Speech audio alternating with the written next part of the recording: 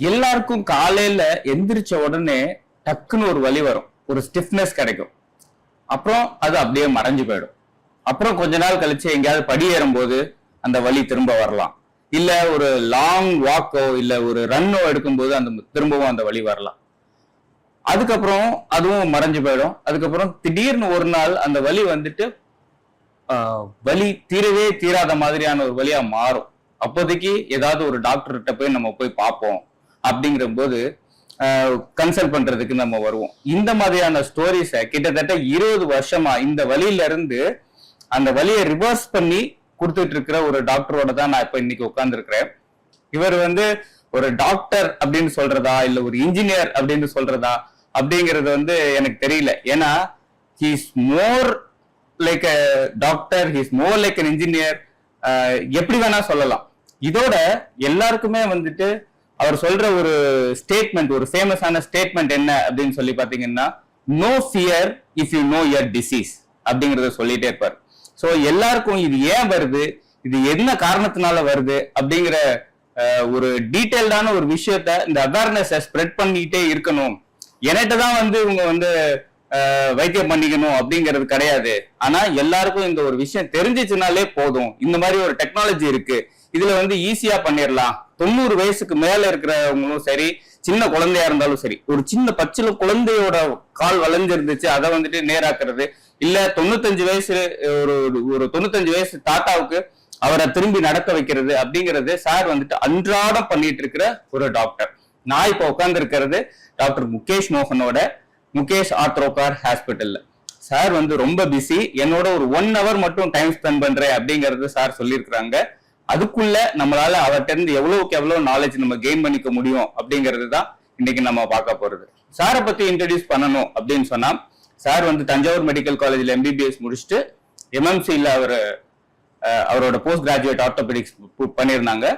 அது மட்டும் கிடையாது, has trained in fellowship in Seoul, South Korea சோல்ல அவரோட ஃபெலோஷிப் முடிச்சிருந்தாங்க. அது மட்டுமும் கிடையாது, ஒரு சப்ஸ்பெஷாலிட்டியா has gone to various countries, Germany, Italy, Thailand, Singapore, அந்த மாதிரி நிறைய கண்ட்ரீஸ்ல என்ன லேட்டஸ்ட் டெக்னாலஜி வந்துச்சு அப்படின்னு சொன்னாலும் இம்மிடியேட்டா அதை போய் கத்துக்கிட்டு அதை திருச்சியில இங்க இம்ப்ளிமெண்ட் பண்ணியிருப்பாங்க.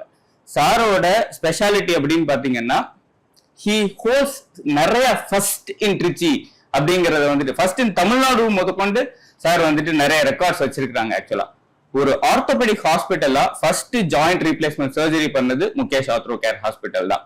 அதே போல first endoscopic surgery, endoscopic spine surgery 2011 பண்ணியாச்சு. கிட்டத்தட்ட ஒரு 15-16 வருஷத்துக்கு மேல என்ன டெக்னாலஜி வந்துச்சு அப்படின்னு சொன்னாலும் அது ஃபர்ஸ்ட் இம்ப்ளிமெண்ட் ஆகிறது இங்க முகேஷ் ஆர்த்ரோ கேர்ல இருக்கும். So without any further ado, let's welcome Dr. Mukesh Mohan. Thank you very much for accepting to have this 1 hour with me, sir. Thank you very much. Thank you. அனைவருக்கும் வணக்கம். இன்று எல்லாரையும் உங்களை இந்த காணொளி மூலமா சந்திக்கிறது மிக மகிழ்ச்சி அடைகிறேன்.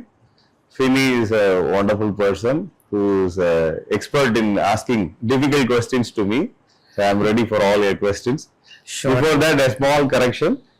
Fini introduce பண்ணும்போது ஃபர்ஸ்ட் ஆர்த்தோபெடிக் ஹாஸ்பிட்டல்ல ஒரு ஜாயிண்ட் ரீப்ளேஸ்மெண்ட் ஃபர்ஸ்ட் பண்ணோம்னு சொன்னாங்க. பட் அது என்னன்னா அது ரோபோட்டிக் ஜாயிண்ட் ரீப்ளேஸ்மெண்ட்.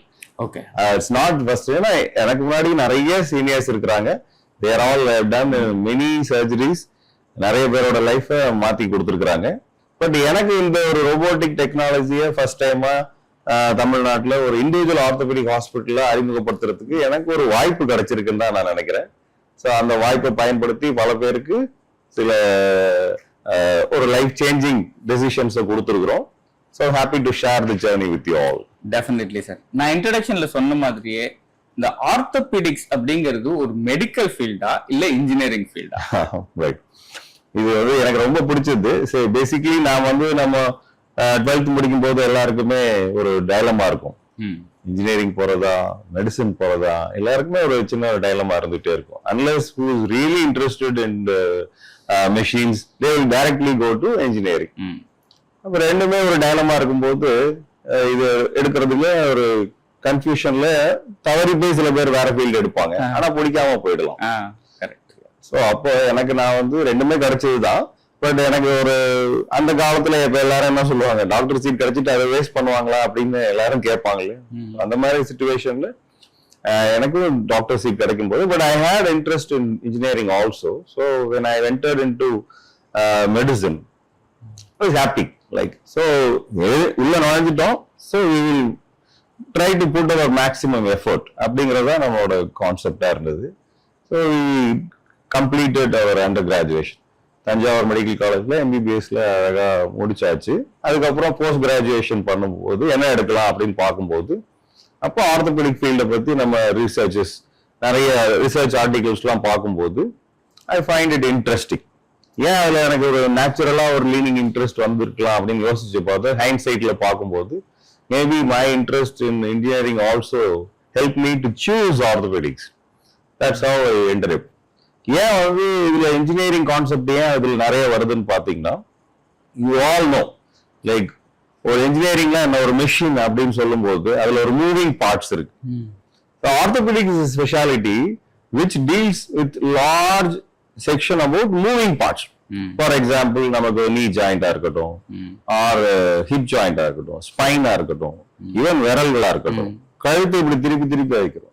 எல்லாமே ஒவ்வொரு அசைவுகளையுமே ஒவ்வொரு ஜாயிண்ட் இருக்கு. அது ஒவ்வொரு ஜாயிண்ட்டும் ஒவ்வொரு விதமான ஷேப்ல இருக்கும்.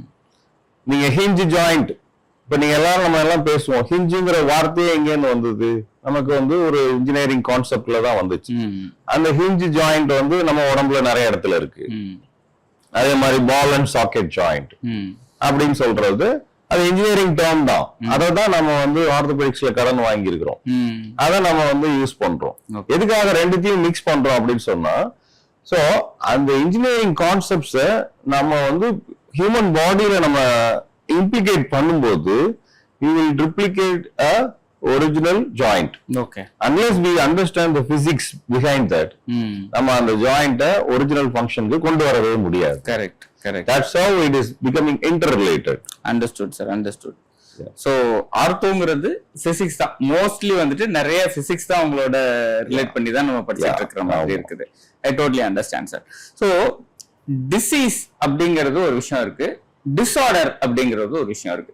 நிறைய பேர் இதை வந்து கன்ஃபியூஸ் பண்ணிடுறாங்க. டிசீஸ்னா என்ன, நோய், டிஸார்டர் அப்படிங்கிறது என்ன அப்படிங்கிறது. இதுல உங்களோட விளக்கங்கள் வந்துட்டு நீங்க எப்பவுமே ரொம்ப எளிமையா எல்லாருக்கும் புரியுற மாதிரி சொல்றதுல வந்துட்டு you are expert in that அதுங்கிறது தெரியும். So there will be no right person to ask this question other than you, sir. So நீங்க இத பத்தி நீங்க சொல்லுங்க சார். இப்போ நோய் அப்படின்னு சொல்லும்போது பல வகையான நோய்கள் இருக்குங்க. அந்த நோய்கள் உதாரணத்துக்கு நம்ம சொல்றோம், ஒரு வைரஸ் காய்ச்சல் வருகிறது அப்படின்னா என்ன அர்த்தம் அப்படின்னு சொன்னா, ஒரு வைரஸ் கிருமி உங்க உடம்புக்குள்ள நுழைஞ்சிருக்கு. அது செல்லுக்குள்கள் நுழையும் போது அந்த பாடியோட எதிர்ப்பு தன்மை என்ன பண்ணுது, அந்த வைரஸை போராடுது. ஸோ வைரஸோட போராட்டமும் நம்ம செல்லோட போராட்டமும் சேர்ந்துதான் ஒரு ஃபீவர், அப்புறம் பாடி பெயின், அந்த ஃபுல்லுன்னு சொல்லுவோம் இன்ஃப்ளமேஷன். அந்த இன்ஃப்ளமேஷனை கிரியேட் பண்ணும்போது பாடியில உங்களுக்கு நிறைய சிம்டம்ஸ் வருது. அந்த எதிர்ப்பு சக்திக்கு தகுந்த மாதிரி உடம்புல நிறைய மாற்றங்கள் வருது. ஸோ இது வந்து நோய். அந்த வைரஸ்ங்கிற கிருமி உங்க உடம்பு விட்டு போன உடனே தட்ஸ் கியூர்டு. ஸோ அப்போ கியூருங்கிற வார்த்தையை நம்ம எப்பப்பெல்லாம் யூஸ் பண்ணலாம்னா, அந்த வைரஸ் கிருமி உள்ள போயிடுச்சு, வெளியில போயிடுச்சு. அதே மாதிரி ஒரு எலும்பு அடிபடுது, அந்த பிராக்சர் ஆன இடத்துல புது எலும்பு வளருது. வளர்ந்து முடிஞ்ச உடனே அந்த டிசீஸ் இஸ் கியூர்ட், அந்த இன்ஜுரி இஸ் கியூர்ட். பட் இதெல்லாம் கியூருங்கிற கேட்டகரியில நம்ம கொண்டு வர முடியும். பட் டிஸார்டர்னா என்ன அப்படின்னு சொன்னா, ஒரு பாடியோட ஃபங்க்ஷன் வந்து ஆர்டர்லயே நடந்துட்டு இருக்கு. உதாரணத்துக்கு நம்மளோட முழங்கால் மூட்டோட அசைவுகள் ஒரு 0 டிகிரில இருந்து 155 டிகிரிஸ் வரைக்கும் காலை மடக்க முடியுது. அண்ட் உங்களுடைய காலோட அலைன்மெண்ட், அதாவது தொடை எலும்பும் கால் எலும்பும் நேர்கோட்டில் இருக்கிறது தான் நார்மல் அலைன்மெண்ட்.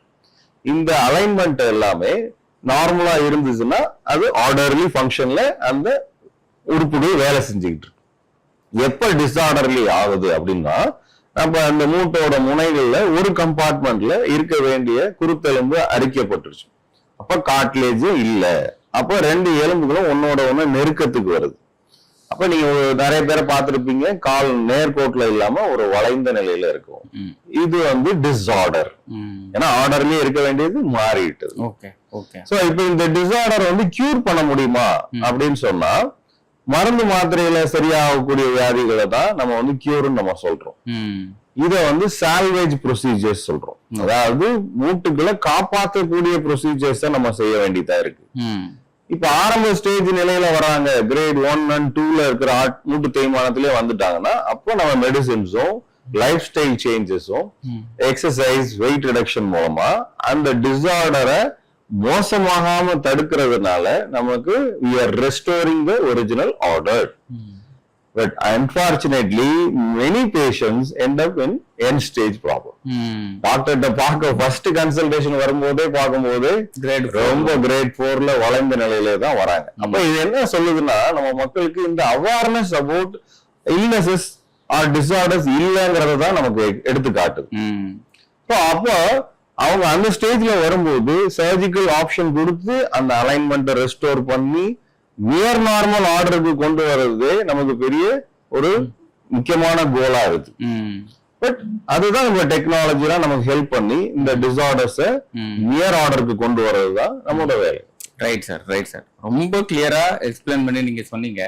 இதுல நீங்க நிறைய விஷயங்கள் கிரேட் 1, கிரேட் 2, கிரேட் 3, கிரேட் 4 அந்த ஒரு விஷயம் இருக்கு. நம்ம தமிழ்நாட்டு மக்களுக்கு, தமிழ்நாடு மட்டுமான்னு தெரியல எனக்கு, ஒரு பெயின் வந்து எக்ஸ்ட்ரீம் சிச்சுவேஷனுக்கு வந்ததுக்கு அப்புறம் தான் நான் டாக்டரை போய் பார்ப்பேன் அப்படிங்கிற வரைக்கும், இது வரைக்கும் நம்ம சமாளிச்சிடலாம், இது பண்ணிடலாம். இதை வந்து ஒரு ஹெல்த் அப்படிங்கறத வந்துட்டு ஒரு ஃபர்ஸ்ட் ப்ரையாரிட்டியில வைக்காம ஒரு ஒர்க்கோ இல்ல ஒரு இன்னைக்கு ஒரு லீவ் போடணும் அப்படிங்கிற மாதிரியான ஒரு கான்செப்ட்ல அந்த மென்டாலிட்டி வந்துட்டு தான் வந்துட்டு இது கிரேட் 4 வரைக்கும் கொண்டுட்டு போய் டாக்டர்ஸ்க்கு ஈஸியா பண்ண வேண்டிய வேலையை வந்துட்டு ஒரு காம்ப்ளிகேட் பண்ணி பண்ண வைக்கிறது வந்து இது வந்து சைக்கலாஜிக்கல் ப்ராப்ளம் அப்படின்னு தான் நீங்க நினைக்கிறீங்களா? இல்ல இது தெரிஞ்சிருந்துச்சுன்னா நிறைய பேர் வர்றாங்க, இல்ல நீங்க 20-25 வருஷமா நீங்க பிராக்டிஸ் பண்ணிட்டு இருக்கீங்க, முன்னாடி இப்படி இருந்துச்சு இப்ப கொஞ்சம் பரவாயில்ல அந்த மாதிரி மாறி இருக்குதா? இது நீங்க உங்களோட கருத்து என்னது சார்?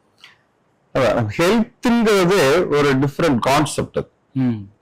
ஸோ மேபி சின்ன வயசுல இருந்து அவங்களோட எக்ஸ்போஷர் டு வேரியஸ் ஐடியாஸ்னால நம்மளோட younger generation or even new ஜென்ரேஷனா இருக்கட்டுமே, என்ன ஆயிடுது, அவங்களுக்கு பெயின்ங்கிறது வந்தாதான் டாக்டரை நம்ம அப்ரோச் பண்ணணும். இது வந்து ஒரு மூளையிலேயே பதியப்பட்ட ஒரு கருத்தா இருக்கு. நம்ம கரெக்ட். சோ ஏன்னா நம்ம அந்த மாதிரிதான் வளர்க்கப்பட்டிருக்கோமான்னு தெரியல. சோ ஏன்னா அப்பயே நமக்கு ஒரு பாட்டி வைத்தியம், தாத்தா வைத்தியம், அப்புறம் பக்கத்து வீட்டு வைத்தியம், இது எல்லாமே உங்களுக்கு அந்த காலத்துல இருந்தே இருந்துட்டே இருக்கு. இப்ப கூகுள் வைத்தியம். அப்போ obviously they want somebody's advice. But unfortunately அந்த அட்வைஸ் வந்து ஒரு ரைட் பர்சன்ட் வாங்குறதுக்கான ஒரு எஃபர்ட்ஸ் எடுக்கிறது மேபி அவங்களோட அவுட் ஆஃப் ரொட்டீன்ல போகும். எதுக்கு நம்ம டைம் வேஸ்ட் பண்ணலாம் அப்படின்னு தோணும். அந்த ஹெல்த்ங்கிற கான்செப்டை நம்ம வந்து ஃபர்ஸ்ட் அவங்களுக்கு அண்டர்ஸ்டாண்ட் பண்ண வைக்கணும். ரைட். ஆப்சன்ஸ் ஆஃப் டிசீஸ் மட்டும் இல்ல, லைக் மென்டல் ஹாப்பினஸும் நமக்கு வந்து ஒரு ஆப்சன்ஸ் ஆஃப் ஹெல்த் தான். அண்ட் ஆல்சோ லைக் நமக்கு பாடியில எதுவும் ஹார்ம் இல்லாம இருக்கணும், என்விரான்மெண்ட்ல நமக்கு வந்து பாதிக்காம இருக்கணும். இது எல்லாமே ஹெல்த் கான்செப்ட்ல வருது. மெயின் திங் வந்து டாக்டர்ஸ் அப்ரோச் பண்ணாததுக்கு வேரியஸ் ரீசன்ஸ் அவங்க சொல்லலாம். லைக் வந்து time constraints, financial constraints, and வந்து அந்த பொறுமை, டாக்டர்கிட்ட போய் வெயிட் பண்ணக்கூடிய பொறுமை இல்லாம இருக்கிறது, இது எல்லாமே ஒரு பெரிய கான்செப்ட்ஸா இருக்கலாம். அன்பார்ச்சுனேட்லி அந்த பிலீஃப் சயின்ஸையும் நமக்கு பிலீஃபையும் மிக்ஸ் பண்ணக்கூடாது. Medicine is a science. இப்போ நமக்கு வந்து மெடிக்கல் ஃபீல்ட் வந்து it has evolved over almost 300 years.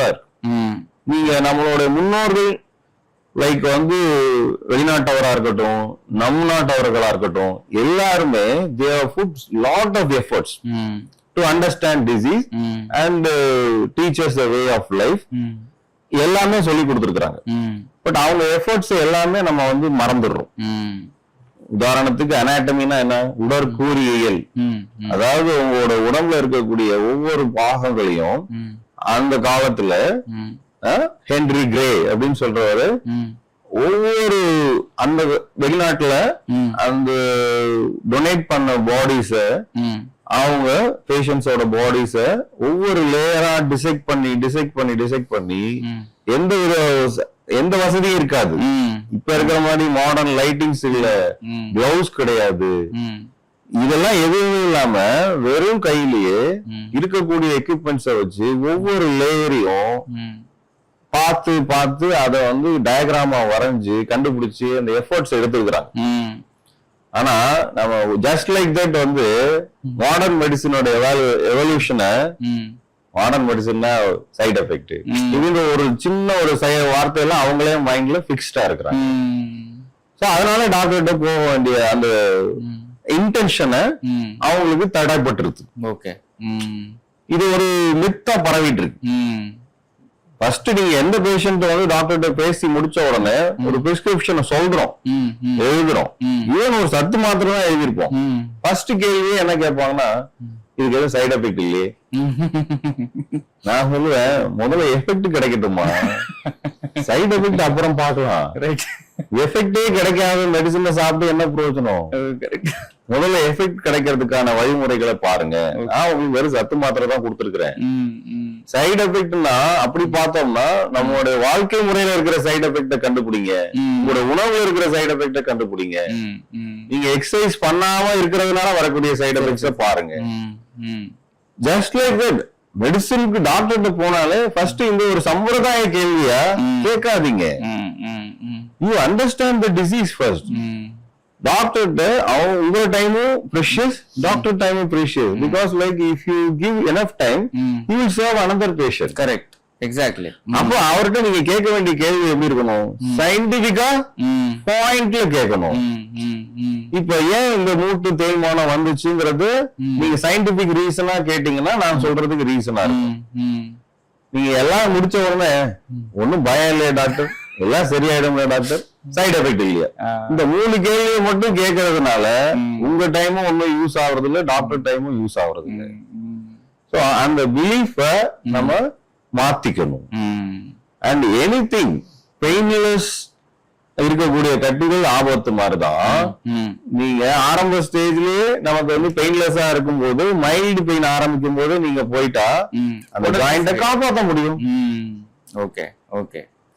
So awareness அப்படிங்கிறது அந்த ஒரு சைக்கலாஜிக்கல் அப்படிங்கறத விட ஒரு அவேர்னஸ்ங்கிறது எல்லாருக்கும் ஸ்ப்ரெட் ஆகி இருந்துச்சு.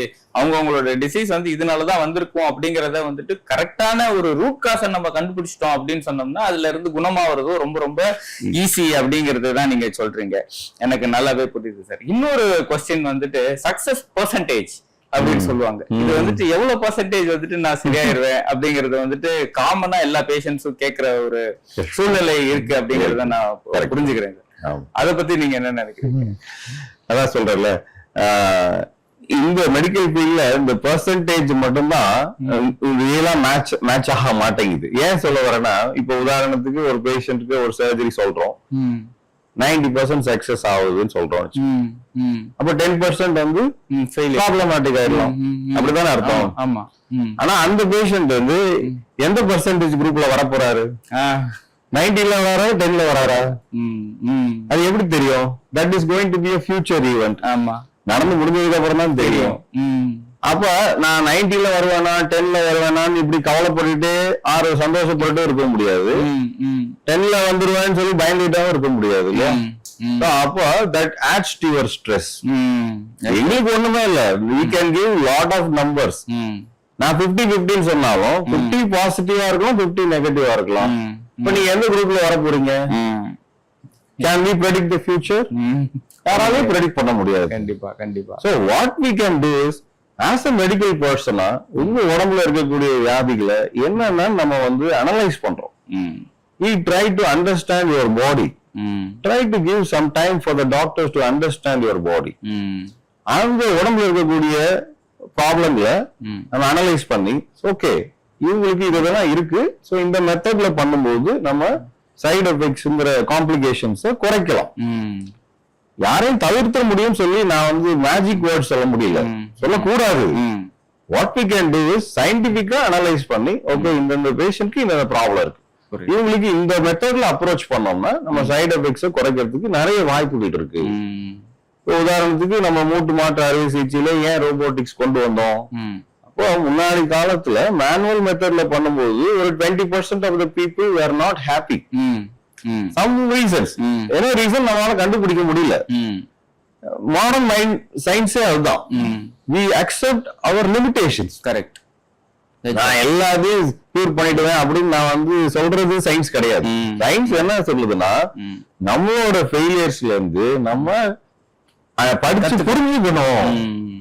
அதுதான் எவிடன்ஸ் பேஸ்ட் மெடிசின். அதுல ஏன் ரோபோட்டிக்ஸ் கொண்டு வந்தோம்? 20% ஆஃப் த பீப்புள் அன்ஹாப்பியா இருக்கிறாங்களா, அந்த பெர்சன்டேஜ் நம்ம less than 5% மாத்தணும் ஃபர்ஸ்ட். அதுலயும் 5% திரும்பி 3% 0% கொண்டு வரதுக்கு எவ்ரிபடி இஸ் ட்ரைவிங். அதான் பண்ணிட்டு இருக்கோம். சோ அப்போ உங்க உடம்புல இருக்கிற ப்ராப்ளத்தை புரிஞ்சுட்டு இந்த அப்ரோச்ல போவோம். then we will reduce the side effect. Sure. You also understand that these are the side effects can happen. சின்ன உதாரணம் சொல்றேன். இப்ப யூரினரி ட்ராக்ட் இன்ஃபெக்ஷன், சிறுநீர் தொற்று, கிருமி தொற்று இருக்கு. அப்போ அந்த சிறுநீர் தொற்று இருந்தா உங்களுக்கு போஸ்ட் ஆபரேட்டிவா இன்ஃபெக்ஷன் சான்சஸ் ஆர் ஹை. அதே மாதிரி டயபெட்டிஸ் அன்கண்ட்ரோல்டா இருக்குன்னா உங்களுக்கு இன்ஃபெக்ஷன் கண்ட்ரோல்ஸ். இப்ப நான் ஒரு சைடு எஃபெக்ட் சொல்றேன்னா இன்ஃபெக்ஷன் வரலாம் அப்படின்னு சொன்னா, அப்ப இன்ஃபெக்ஷன் வராம இருக்கிறதுக்கு என்ன பண்ணணும்ன்ற கேள்வியை கேட்காம ஒன்னும் பயம் இல்லையே டாக்டர்னு கேக்குறதுனால என்ன பிரயோஜனம் ஆச்சு? அப்ப நீ இன்ஃபெக்ஷனை பிரிவென்ட் பண்றதுக்கு என்ன வேணும் நீங்க கேட்டீங்கன்னா நான் ஸ்பெசிபிக் ஆன்சர் சொல்லுவேன். நீங்க வந்து உங்களுடைய பிரைவேட் பார்ட்ஸை நல்லா கிளீனா வச்சுக்கணும், அண்ட் வந்து சுகர்ஸ் கண்ட்ரோல்டா வச்சுக்கணும், அண்ட் ப்ரிஃபரபிளி ஒரு ஸ்பெஷல் மெடிகேஷன் கொடுப்போம். அதை வந்து நீங்க பாத் எடுத்துட்டு வந்தீங்கன்னா surgical risk of infection is very low. இந்த மாதிரி சயின்டிபிக்கா அட்வைஸ் கொடுக்க முடியும். புரியுது. எந்த இந்த பர்சன்டேஜ் கேட்கறதுனா சொல்ல வரேன், நம்ம பர்சன்டேஜ் நம்பி சந்தோஷமும் படக்கூடாது, பயப்படவும் கூடாது. Understand the problem, approach it systematically and scientifically. 99% you will go through it. Understood sir. ஒரு நிறைய பேருக்கு இந்த கேள்வி இருக்கும்னு நினைக்கிறேன். நம்ம ஹாஸ்பிடல் பேரு முகேஷ் ஆர்த்ரோ கேர். ரைட். எல்லாருக்கும் ஆர்த்தோனா ஈஸியா புரிஞ்சிரும். இந்த ஆர்த்ரோ அப்படிங்கிறது வந்துட்டு ஒரு சில டாக்டர்ஸ்க்கே வந்துட்டு புரியுமாங்கிறது தெரியல எனக்கு ஆக்சுவலா. அது அந்த ஆர்த்ரோங்கிறதுக்கு மீனிங் என்னது, அது எதுக்கு வச்சிருக்கீங்க? ஆர்த்ரோங்கிறது ஜாயிண்ட் தான். சரியா? நமக்கு ஆர்த்ரோபிளாஸ்டி அப்படின்னு சொல்றோம்னா என்ன அர்த்தம்னா joint modification of the existing joint தான் நம்ம ஆர்த்ரோபிளாஸ்டி அப்படின்னு சொல்றோம். சோ நான் வந்து ஆஃப்டர் நமக்கு முன்னாடி வந்து மேக்ஸ் கேர்ன்ற பேர் இருந்துச்சு, அது சில இஷ்யூஸ்னால நம்ம பேரை மாத்த வேண்டிய ஒரு சிச்சுவேஷன் வந்ததுனால வாட் வி தாட் லைக் நம்மளோட ஸ்பெஷாலிட்டி அதுவும் ரோபோட்டிக்ஸ் இன்ட்ரோடியூஸ் பண்ணி நம்ம ஜாயிண்ட ஃபோக்கஸ் பண்றோம். சோ அப்போ ஆர்த்ரோங்கிற வேர்டையும் ஜாயிண்டோட அவேர்னஸ் கிரியேட் பண்றதுக்காகவும் we chose that name arthro. Okay fine sir. Fact என்னன்னு சொல்லி பாத்தீங்கன்னா நிறைய யங்கர் ஏஜ்ல, அதாவது 9ல இருந்து 13க்குள்ளே people are getting started smoking. அந்த மாதிரியான ஒரு விஷயம் வந்துட்டு ரொம்ப கவலைக்கிடமான ஒரு விஷயம் அது ஆக்சுவலா. சோ இது வந்து என்னன்னு சொல்லி பாத்தீங்கன்னா ஒரு பியர் பிரஷர்ல வந்துட்டு அவங்க ஸ்டார்ட் பண்ணிடுறாங்க. ஏதோ ஒரு இன்ஃபுளுன்ஸ்ல அவங்க பார்த்து யாரோ ஒரு பையன் வந்து அதை கத்துக்கிட்டுறான். கத்துக்கிட்டதுக்கு அப்புறமா இவன் கத்துக்கிட்டா நானும் பண்றேன் அப்படிங்கிற மாதிரியான ஒரு விஷயத்துல இருந்து வருது. இன்னொன்னு வந்து இது ஒரு ஸ்ட்ரெஸ் பஸ்டர் அப்படிங்கிற மாதிரியான ஒரு இது கொண்டுட்டு வந்துடுறாங்க.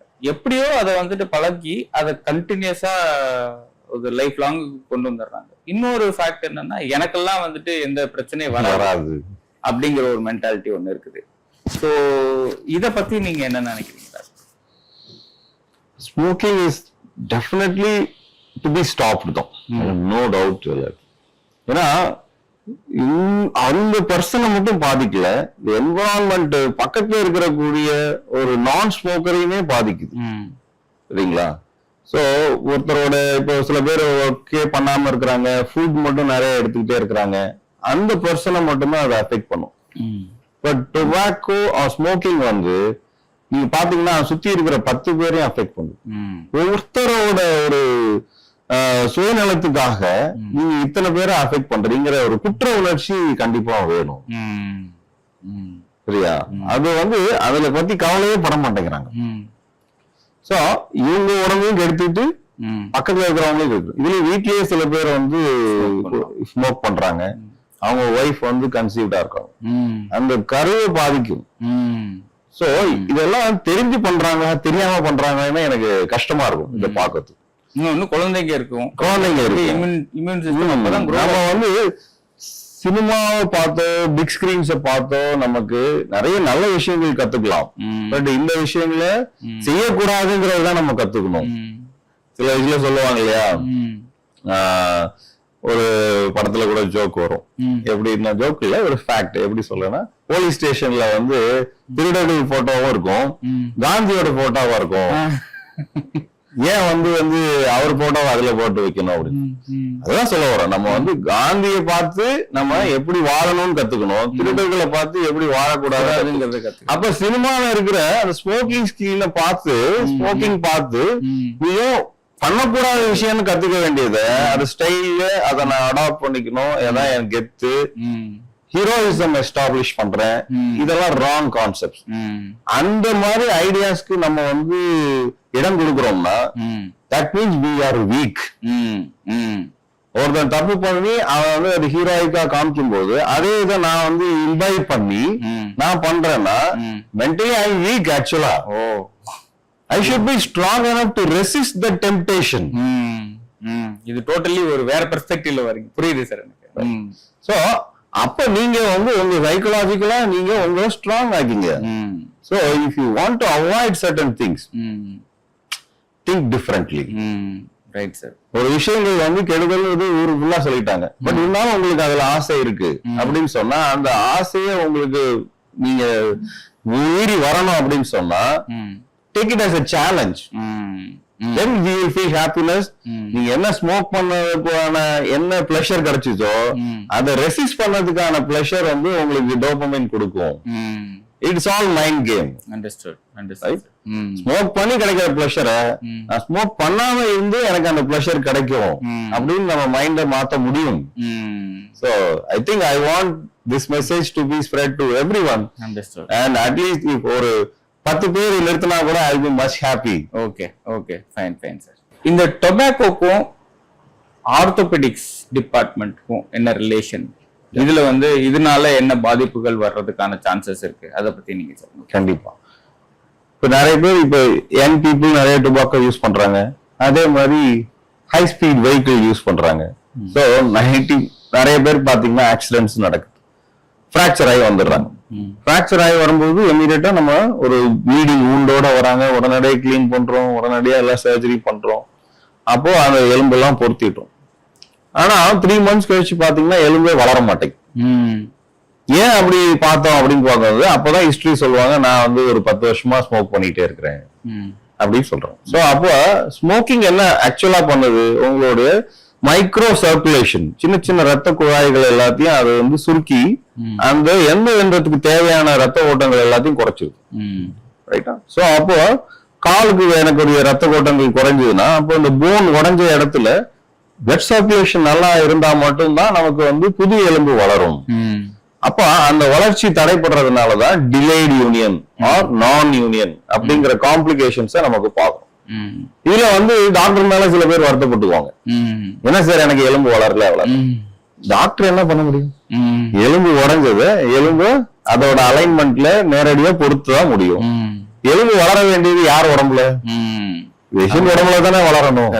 அப்ப அவங்களுக்கு இருக்கக்கூடிய மத்த ஃபேக்டர்ஸ் தான் அதை டிட்டர்மைன் பண்ணுது. சோ இது மட்டும் இல்லாம அந்த பேஷண்ட்டுக்கு ஸ்மோக் பண்ணதுனால ஹார்ட்ல ஏற்கனவே கண்ணுக்கு தெரியாத ரத்த குழாய்கள்லாம் சுருங்கி இருக்கலாம். அப்ப ஆபரேஷன் பண்ணியோ அதுக்கு அடுத்த ஒரு வாரத்திலயோ திடீர்னு ஹார்ட்டுக்கு ஸ்ட்ரெயின் ஆகுதுன்னா ஹார்ட் அட்டாக் வரலாம். அப்ப ஆபரேஷன் பண்ணதுனால வந்து தவறா எடுத்துக்கிறாங்க. ப்ராப்ளம் வந்து அவங்களோட பாடி கண்டிஷனை நம்மளே நிறைய இடத்துல டேமேஜ் பண்ணிக்கிறோம். இந்த அவேர்னஸ் இருந்துச்சுன்னா probably they will stop that. Understood. இப்போ நான் ஒரு லாஸ்ட் ஒரு 4 years நான் நிறைய டாக்டர்ஸ் கிட்ட பேசிட்டு வர்றதுக்கான ஆப்பர்ச்சுனிட்டி என்னோட ப்ரொஃபஷன்ல இருக்கு அப்படிங்கிறதுனால நான் இந்த கொஸ்டினை நான் எல்லா டாக்டர்ஸ் கிட்டையும் கேட்கிறேன். எல்லா டாக்டர்ஸுமே அவங்க ஃபீல்டுக்கு தகுந்த மாதிரி ஒரு காம்ப்ளிகேஷன் சொல்லிக்கிட்டே தான் இருக்கிறாங்க. ஒரு ஹார்ட் டாக்டரா இருக்கட்டும், ஒரு ஃபெர்டிலிட்டி டாக்டரா இருக்கட்டும், இல்ல ஒரு ஐ டாக்டரா இருக்கட்டும், எல்லா இடத்துலயுமே வந்துட்டு இந்த ஸ்மோக்கிங் அப்படிங்கிறது அவங்கவுங்க டிபார்ட்மெண்ட்டுக்கு தகுந்த மாதிரி ஒரு பாதிப்பை உண்டாக்குது அப்படிங்கறத தான் சொல்றாங்க.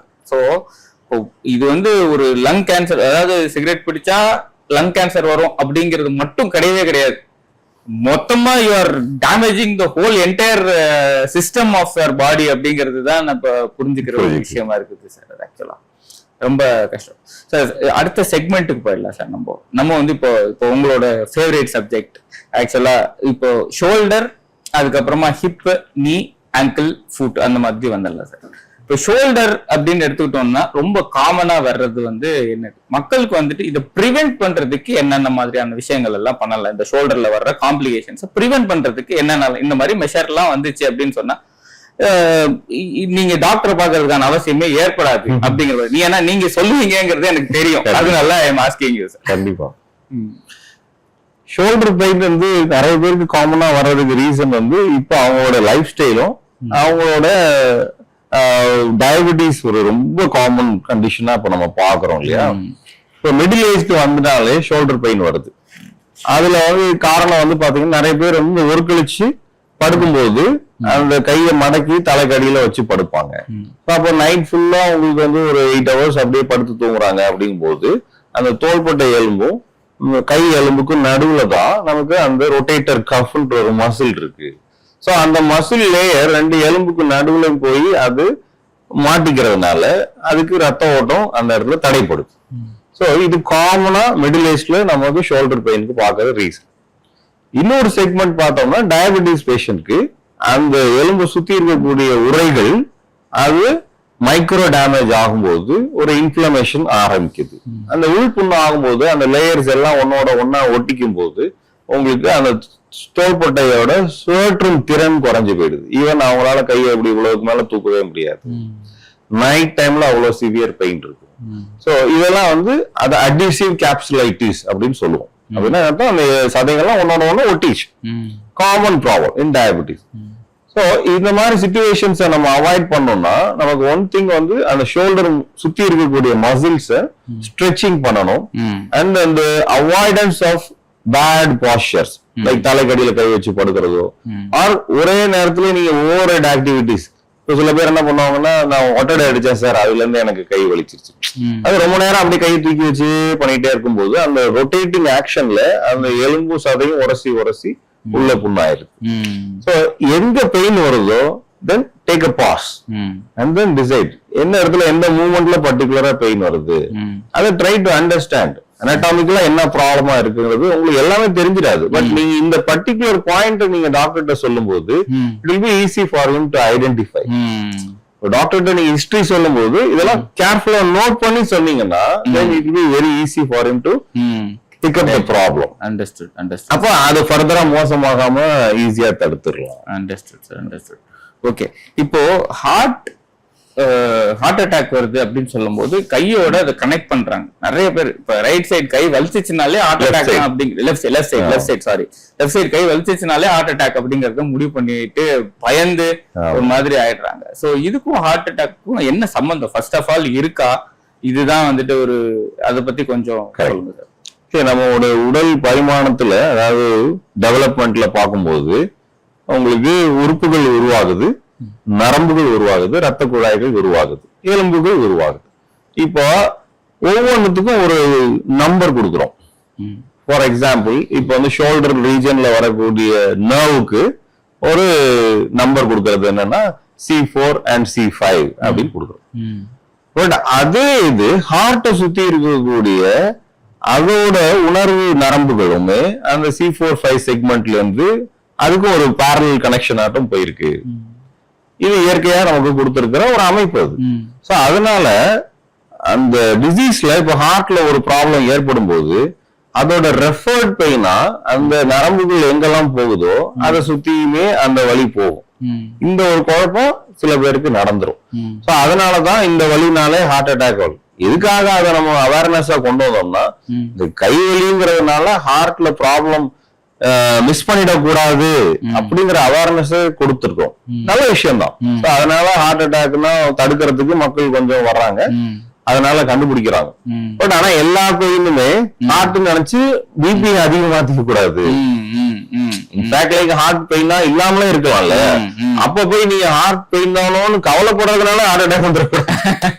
சோ அந்த சிச்சுவேஷனையும் நம்ம அனலைஸ் பண்ணுவோம். So medicine is a very vast ocean. எல்லாத்தையுமே நம்ம ஒரு லைஃப் டைம்லயே கத்துக்க முடியாது. ஒரு டாக்டராலே கத்துக்க முடியாத ஜெனரல் பப்ளிக்னால கத்துக்க முடியுமா? கண்டிப்பா முடியாது. பட் பயப்பட தேவையில்லை. இஃப் யூ ஹேவ் பெயின், ஷோல்டர்ல இருந்து கை ஃபுல்லா வலிக்குது, உங்களுக்கு ஹார்ட் ப்ராப்ளமா இருக்கும்னு சந்தேகப்பட்டீங்கன்னா பதட்டப்படாம பக்கத்துல டாக்டர் அணுகுங்க, தப்பு இல்லை. பட் அதுலயே பிக்ஸ் ஆகிக்க வேண்டாம். 90% of the pain only because of shoulder or கழுத்துல இருந்து கைக்கு வரக்கூடிய நரம்புகள் வலி. 90% அவ்வளவுதான் இருக்கும். 10% தான் ஹார்ட் பெயினா இருக்கும். ஏன்னா ஹார்ட் பெயின் உண்மையிலே பாத்தீங்கன்னா அது ரொம்ப கடுமையா இருக்கும். நீங்க எதிர்பார்க்காத, அதை ஒரு தடவை ஃபீல் பண்ணவங்க அதை மறக்க மாட்டாங்க. சோ அதை ஃபீல் பண்ணாத வரைக்கும் தான் இதுவா இருக்குமோன்னு நம்ம பயம் இருந்துட்டு இருக்கோம். பட் ஆக்சுவலா ஒரு தடவை ஃபீல் பண்ணவங்க டெஃபினட்டா தே won't forget. இதுல ஒரு சிச்சுவேஷன் இப்ப என்ன ஆகுதுன்னா, டயபெட்டிக் பேஷண்ட்க்கு உங்களுக்கு அந்த நியூரோபதின்ற ஒரு ப்ராப்ளம் வருது இல்லையா? அந்த நியூரோபதினால ஹார்ட்டோட பெயின் சில சமயம் அவங்க ஃபீல் பண்ண மாட்டாங்க.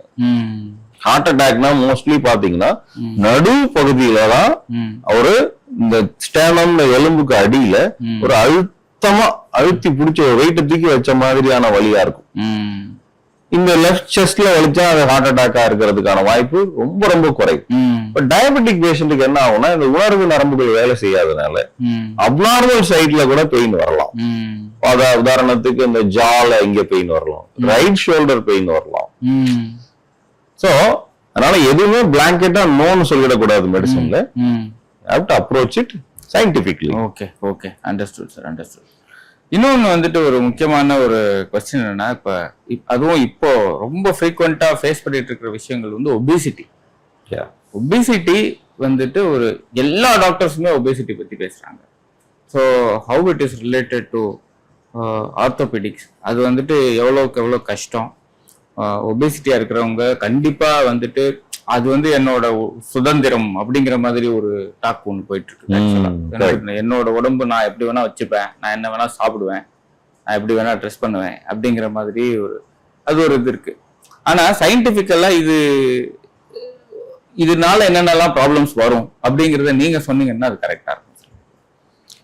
ஒபிசிட்டியை இப்ப நீங்க ரீசெண்ட் ஹெட்லைன்ஸ் பாத்தீங்கன்னா PCOS அப்படின்னு நம்ம ஒரு டிசீஸ் நிறைய கேள்விப்பட்டோம். அதாவது it has been changed to PMOS. Yes. ஏன் அதை மாத்திக்கிறாங்க அப்படின்னு சொன்னா, PCOSனா அந்த ஓவரியில இருக்கிற ப்ராப்ளம் சொல்லி நம்மளோட குறுகிய கண்ணோட்டத்துல போய் அங்கேயே ஃபோக்கஸ் போயிடுது. ஆனா we are missing the big elephant in the room. That is the metabolic problem. Metabolic ப்ராப்ளம்னா என்னன்னா, உடம்புல இருக்கக்கூடிய ஓவரால் உங்களுக்கு வெயிட், அப்புறம் நம்மளோட fat content and fatty liver and insulin resistance. So இந்த மாதிரி சிச்சுவேஷன்ஸ்லாம் நிறைய உடம்புல நடக்க உங்களுக்கு ஓவராலா அந்த உடம்பு வெயிட் ஏறிட்டே போகுது. ஸோ நம்ம ஃபோக்கஸே நம்ம ஓவரியில இருந்து ஏன் மெட்டபாலிஸுக்கு மாத்திருக்கிறோம், அப்போதான் நம்மளோட ட்ரீட்மெண்ட் மொடாலிட்டியும் அதை நோக்கி போகும் அப்படிங்கிறதுக்காக தான் மாத்திருக்கோம். ஆர்த்தோபெடிக்ஸ் மட்டும் தப்பவே முடியாது. ஏன்னா நம்மளுடைய orthopaedic field all depends on biomechanics.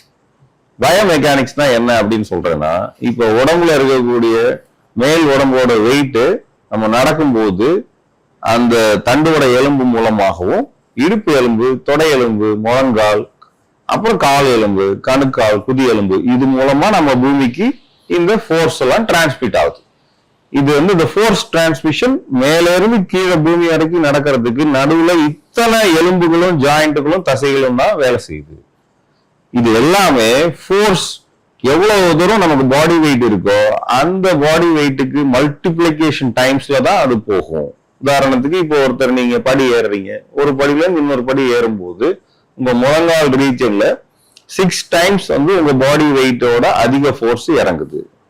அப்ப நீங்க 50 கிலோ இருந்தா 300 கிலோ ஃபோர்ஸ், 100 கிலோ இருந்தா 600 கிலோ ஃபோர்ஸ்.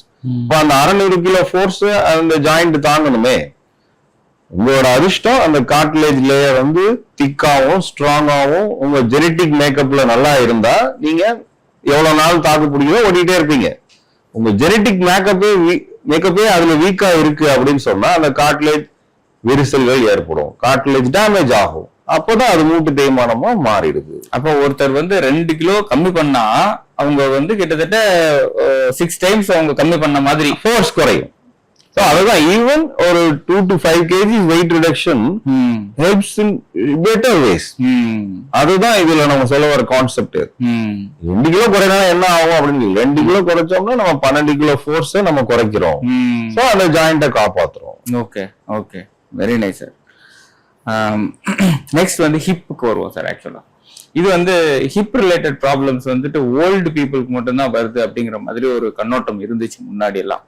ஆனா இப்போ ரீசெண்ட் டைம்ஸ்ல ஹிப் ரிலேட்டட் ப்ராப்ளம்ஸ் யங்ஸ்டர்ஸ்க்கும் வருது, அதுவும் ஈவன் 30ல இருந்து கூட வருது அப்படிங்கிற மாதிரி நம்ம கேள்விப்படுறோம். இது எதனால வந்துச்சு? இப்போ இதுக்கு ஏஜ் குரூப் அப்படிங்கறதெல்லாம் இருக்கா, இல்ல ஒரு ஹாபிச்சுவலா ஒரு லைஃப் ஸ்டைல் சேஞ்சஸ் அப்படிங்கிறதுனால இப்ப ரீசென்ட்ல தான் இந்த மாதிரியான விஷயங்கள் வந்துட்டு இருக்குதா, இல்ல முன்னாடில இருந்தே இருக்குதா? ஹிப் ஜாயின்ட்னா நம்ம இடுப்பு பந்துக்கு இந்த மூட்டை பத்தி நம்ம பேசுவோம். சோ இந்த பர்டிகுலர் மூட்டுக்கு இந்தியால பாத்தீங்கன்னா ஆக்சுவலா பாத்தீங்கன்னா மூட்டு தேய்மானம் குறைவு. முழங்கால தான் நமக்கு நம்ம பாப்புலேஷனுக்கு அதிக மூட்டு தேய்மானம் நடக்குது. பட் ஹிப் ஜாயிண்ட்ல வெஸ்டர்ன் கண்ட்ரீஸ்ல ஃபுல்லாவே ஹிப் ஜாயிண்ட் தான். அதுக்கு ஒரு மெயின் ரீசன் என்ன சொல்லுவாங்கன்னா, நம்ம ஊர்ல ஆக்சுவலா நமக்கு தரையில உட்கார்ந்து எழுந்திருக்க பழக்கம் நிறைய இருந்ததுனால முழங்காலுக்கு தான் அதிக ஃபோர்ஸ் கொடுக்குறோம். ஆனா வெஸ்டர்ன் பீப்புள்ல ஒன்லி உங்களுக்கு சேர்லயே தான் உட்கார்ந்து இருக்கிறாங்க. அண்ட் நம்ம ஹிப்ல அங்க ஒரு ப்ராப்ளம், டிஸ்பிளேஷியான்ற ஒரு பர்டிகுலர் ப்ராப்ளம் அதிகமா இருந்ததுனால ஆர்த்ரைட்டிஸ் ஜாஸ்தியா இருந்துச்சு. பட் நம்ம ஊர்ல ஏஜ் வைஸா பாத்தீங்கன்னா வயசானவங்களுக்கு ஹிப்ல மூட்டு தேய்மானம் வரலாம், பிளஸ் பிராக்சர்ஸ் ரொம்ப காமனா வருது. பட் யங் பீப்புளுக்கு என்ன வருதுன்னா, இப்போ பிகாஸ் ஆஃப் ஆல்கஹால் இஷ்யூஸ்ல நிறைய பேருக்கு நமக்கு ஏவியன்ற ப்ராப்ளம் வருது, ஏவாஸ்குலர் நெக்ரோசிஸ் அப்படின்னு சொல்றோம். அப்படின்னா என்ன அர்த்தம், அந்த பந்துக்கிண்ண மூட்டுக்கு தேவையான அந்த பாலுக்கு தேவையான பிளட் சர்க்குலேஷன் அடைபட்டுருக்கு. சோ அப்போ அந்த பால் ரத்த ஓட்டம் இல்லாம திணறி அது கொலாப்ஸ் ஆக ஆரம்பிக்கும். அதுதான் அப்புறம் மூட்டு தேய்மானமா செகண்ட் ஸ்டேஜுக்கு போயிடுது. இந்த மாதிரி சிச்சுவேஷன்ஸ் தான் நமக்கு யங் பீப்புள் காமனா. Very small proportion like sports people இருக்கிறாங்க, அவங்களுக்கு ஹை வெலாசிட்டிஸ் விளையாடுறாங்க, ஒரு ஸ்குவாட் பண்ணி எந்திரிக்கிறாங்க. அப்ப அந்த எலும்புக்குள்ளேயே ஒரு லேப்ரம்னு ஒரு சாஃப்ட் ரப்பர் லேயர் இருக்கு. அவங்களுக்கு அந்த லேப்ரம் கிழிஞ்சிச்சுன்னா இந்த மாதிரி ஹிப் பெயின் காமனா வரும். ஸோ இந்த age wise category and also ஒரு ஆக்டிவிட்டி ரிலேட்டடா நம்ம பார்க்கணும். இதே இந்த ஏவியன் ப்ராப்ளம் நிறைய ஆல்கஹால் யூஸ் பண்றவங்களுக்கு மட்டும் இல்ல, சில சமயம் தவறுதலான மருந்துகளை மருத்துவரோட உங்களுக்கு எந்த அனுமதி இல்லாம நிறைய பேர் தொடர்ச்சியா எடுத்துக்கிட்டே இருக்கிறாங்க, அதனாலையும். Okay okay, right. அது ஒரு இம்பார்ட்டன்டான விஷயம். எதுவா இருந்தாலும் இப்ப டைரக்டா மெடிக்கல்ஸ்ல போய் ஒரு மாத்திரையை வாங்கிட்டு நம்ம சாப்பிட்டுட்டு வர்ற பழக்கங்கள் இப்ப ரொம்ப நிறைய இருக்குது. ஆக்சுவலா நம்ம டாக்டர்ஸ்ட சைடு எஃபெக்ட்ஸ் பத்தி கேக்குறாங்க, பட் மெடிக்கல் ஷாப்ல போய் என்ன கொடுக்கறதோ வாங்கி சாப்பிடுறாங்க. எனக்கு ஆச்சரியமா இருக்கும், எங்கிட்ட இவ்வளவு கேள்வி கேக்குறீங்க, எப்படி தைரியமா நீங்க அந்த மாதிரியே வாங்கி சாப்பிடுறீங்க? அதுல நான் ஒரு பிரிஸ்கிரிப்ஷன் சொல்லக்கூடாது, அந்த ஒரு பேக்கெட் அத எடுத்துட்டு காமிக்கிறாங்க, இந்த மெடிக்கல் ஷாப்ல இதான் சார் எனக்கு கொடுத்தாங்க. என்னமா அதுல இருக்குன்னு பாத்தீங்கன்னா, அதுல ஒரு பெயின் கில்லர், ஒரு ஸ்டீராய்டு, ஒரு பேண்டப்ரோசோல் டேப்லெட், இந்த காம்பினேஷன்ல ஒரு ஆன்டிபயோட்டிக், இதெல்லாம் தைரியமா அவங்களும் வாங்கி சாப்பிட்டு இருக்கிறாங்க. நிறைய பேரு இந்த ஆன்டி ஃபங்கலுக்கு இது ஆன்டிபயோட்டிக் அந்த மாதிரியான டிஃபரன்சஸ் இதுக்கு இந்த மாத்திரை போடவே கூடாது, இதுக்கு இதை தான் போடணும், இதுக்கு போய் நீங்க இதை போட்டிருக்கிறீங்களே அப்படிங்கறதுனால வர்ற சைடு எஃபெக்ட்ஸ், அந்த லேட்டர் ஆன் பீரியட்ல இந்த கிட்னில வர்ற ப்ராப்ளம்ஸ், அந்த மாதிரியான வர ப்ராப்ளம்ஸும் நிறைய கன்சம்ஷன் ஆஃப் ஆன்டிபயோட்டிக்ஸ் பத்தி நம்ம பேசியிருக்கோம் ஆல்ரெடி, இல்லைங்களா சார்? இந்த ப்ராப்ளம்ஸும் வரும் இல்லைங்களா? Right sir. ஓகே, ஸோ அடுத்து நம்ம பார்க்க போறது இந்த முட்டு சார். ஆக்சுவலா இப்போ நிறைய பேர் வீட்டுல கீழே உட்காந்து சாப்பிடு அப்படிங்கறதெல்லாம் சொல்றாங்க. அதை கீழே உட்காந்து எந்திரிக்கிறது நல்லது. அது வயசானவங்களும் அதே தான் பிராக்டிஸ் பண்றாங்க. கீழே அதாவது இப்போ ஒரு டிபெண்டா இருக்கிற பேரண்ட்ஸ் எல்லாம் இருக்காங்க இல்லைங்களா, அவங்கள நீங்களே இண்டிபெண்டா இருங்க அப்படின்னு சொல்லிட்டு அவங்களை கீழே வச்சு சாப்பிட்றதா நல்லது அப்படிங்கறதே நிறைய பேர். ஆனா உங்ககிட்ட பேசும்போது வயசானவங்க அவ்வளவு ஸ்ட்ரெஸ் கீழே இருந்து கொடுக்க கூடாது அப்படிங்கறதுதான் நீங்க சொல்லியிருந்தீங்க. கரெக்டுங்களா சார்? அது பிளஸ் வந்துட்டு இப்போதைக்கு ரொம்ப ரொம்ப காமனான டிசீஸ் எல்லாம் என்னது, எப்படி வருது, இதுல இருந்து எப்படி நம்ம ப்ரிவென்ட் பண்ணிக்கலாம் அப்படிங்கறத பத்தி சொல்லுங்க சார். முழங்கால் மூட்டு தேய்மானங்க தான் இப்ப இருக்கக்கூடிய இதுல ரொம்ப காமனா நம்ம வயசானவங்களுக்கு பாக்குறோம். கார்ட்லேஜ்ங்கிறது லேயர், அது குருத்தெலும்பு கொஞ்சம் கொஞ்சமா சிதிலா டேமேஜ் ஆகி அது ஒவ்வொரு லேயரும் போக போக உங்களோட சிவியாரிட்டி அதிகமாயிட்டு முழங்கால் மூட்டு தேய்மானமா மாறுது. ஸோ நான் ஏற்கனவே சொன்னதுதான், உங்களோட ஜெனட்டிக் மேக்கப் வந்து உங்க கார்ட்லேஜ் வந்து ஸ்ட்ராங்கா இருக்கு, ஆர் இதுக்கு முன்னாடி உங்களுக்கு அந்த கார்ட்லேஜ்ல எதுவும் அடிபடாமல இருந்திருக்குன்னா நீங்க எவ்வளவு நாள் உங்களோட ஆக்டிவிட்டியை செய்ய முடியுமோ செஞ்சுக்கிட்டே இருக்கலாம், including sitting in the floor. உங்க ஜெனட்டிக் மேக்கப் நல்லா இருக்கு, அவங்களுக்கு லக்கு. சோ அப்ப அந்த கார்ட்லேஜ் திக்கானது லேயர் நல்லா இருக்குன்னா தரையில உட்காந்து எழுந்திரிச்சுக்கோங்க, ஒன்னும் தப்பு இல்லை. பட் ஒன்ஸ் மூட்டு தேய்மானம் ஆயிடுச்சுன்றத கண்டுபிடிச்சதுக்கு அப்புறமும் நீங்க அதுவே பண்ணணும்னா கண்டிப்பா ஃபோர்சன் ஆகும். But we will face that. அப்படியே நீங்க தைரியம் இருந்ததுன்னா தாராளமா பண்ணுங்க, நான் என்னன்னு சொல்லல. But if you want to save the joint, okay நான் வந்து இருக்கிற ஜாயிண்டே இந்த ஸ்டேஜ் கிரேட் 2ல இருக்கிறேன், நான் கிரேட் 3, 4க்கு போக கூடாது அப்படின்னு நீங்க ஆசைப்பட்டீங்கன்னா அப்ப நீங்க லைஃப் ஸ்டைல மாத்திக்கணும்.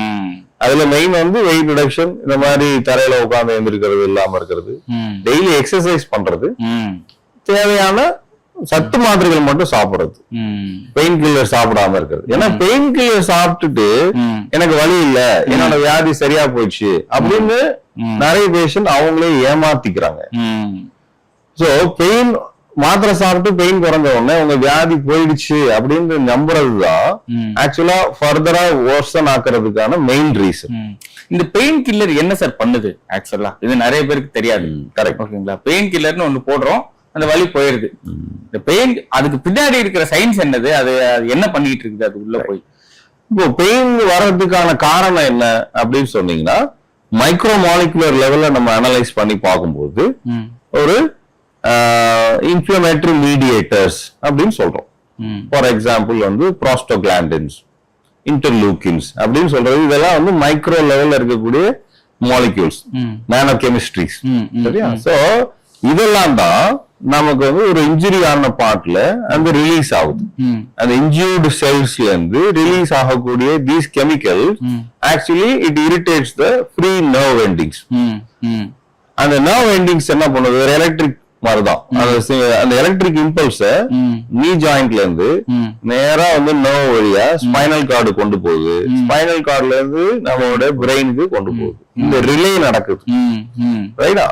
அப்போ அந்த இன்ஃப்ளமேட்டரி மீடியேட்டர்ஸ் சொல்லக்கூடிய நானோ மாலிக்யூல்ஸ் நம்மளோட பெயின் கில்லர்ஸ் சாப்பிடும் போது அதோட ப்ரொடக்ஷனை கட் பண்றோம். Okay, right? So original pathology என்ன, மூட்டு தேய்மானம், அது இன்ஜுரி. அத நம்ம டைரக்டா இந்த மாத்திரை சரி பண்ணல. இங்க ரிலீஸ் ஆகிற கெமிக்கல்ஸ் நமக்கு அந்த நர்வை இரிட்டேட் பண்ணாத மாதிரி அந்த மெடிகேஷன்ஸ் வந்து ஹெல்ப் பண்ணுது. அப்ப வியாதி சரியாயிடுச்சுன்னு நம்ம எடுத்துக்காம இத வந்து கண்ட்ரோல் பண்ணிருக்கிறோம். we should understand the original problem. அத வந்து நம்ம என்னென்னலாம் சரி பண்ணணும்ன்றது டாக்டர்கிட்ட கேட்டுக்கிட்டீங்கன்னா திரும்பி வராது. ஓகே.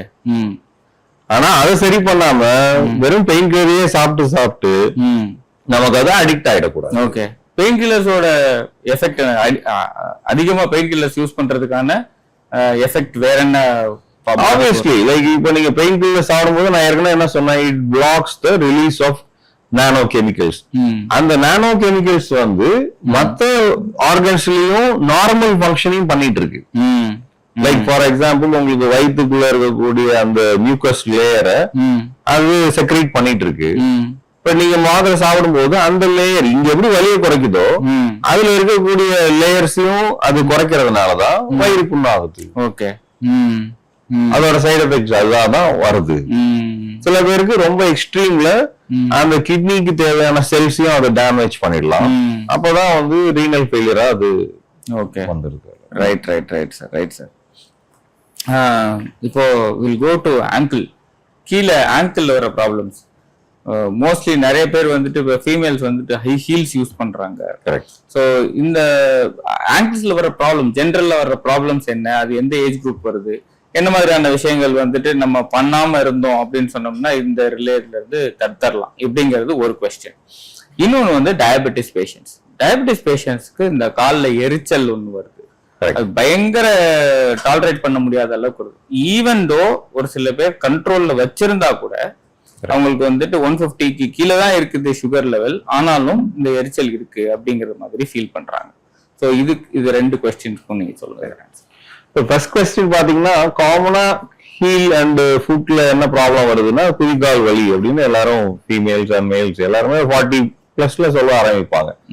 காரணம் என்னன்னா அந்த முன்னங்காலையும் பின்னங்காலையும் இணைக்கிறதுக்குன்னு ஒரு பிளாட் பேண்ட் ஆஃப் டிஷ்யூ இருக்கும், பிளான்டார் ஃபேஷியான்னு சொல்லுவோம். சம்திங் லைக் எலாஸ்டிக் பேண்ட் தான். அது ஒரு ஸ்ட்ரெச்சபிள் பேண்ட் மாதிரி நம்ம உடம்பு வெயிட் ஃபுல்லாவே அந்த பேண்ட் வந்து எலும்பையும் கனெக்ட் பண்றதுனால அது ஈவனா டிஸ்ட்ரிபியூட் பண்ணுது. பட் ஏஜ் ஆகும்போது என்ன உங்களோட ஃபைபர்ஸ் எல்லாமே அதோட எலாஸ்டிக் தன்மையை இழந்துருது. அதுல மைக்ரோ டியர்ஸ் ஆயிடும். அது ஸோ அந்த மைக்ரோ டியர் எந்த இடத்துல ஆகலாம்னா கரெக்டா அந்த எலும்பும் அந்த பேண்ட் ஆஃப் டிஷ்யூ சேர்ற இடத்துல ஆனிச்சுன்னா அந்த இடத்துல ஒரு ஆறாத புண்ணா மாறிடுது. அதனாலதான் காலில் எழுந்த உடனே காலை ஊன முடியாத அளவுக்கு வலிக்கும். அது எஸ்பெஷலி நிறைய நான் யார்கிட்ட பாக்குறேன்னா இப்போ புதுசா ஜிம் ஆரம்பிச்சிருப்பாங்க, ட்ரெட்மில்ல ரொம்ப ஃபாஸ்டா ஓடி இருப்பாங்க.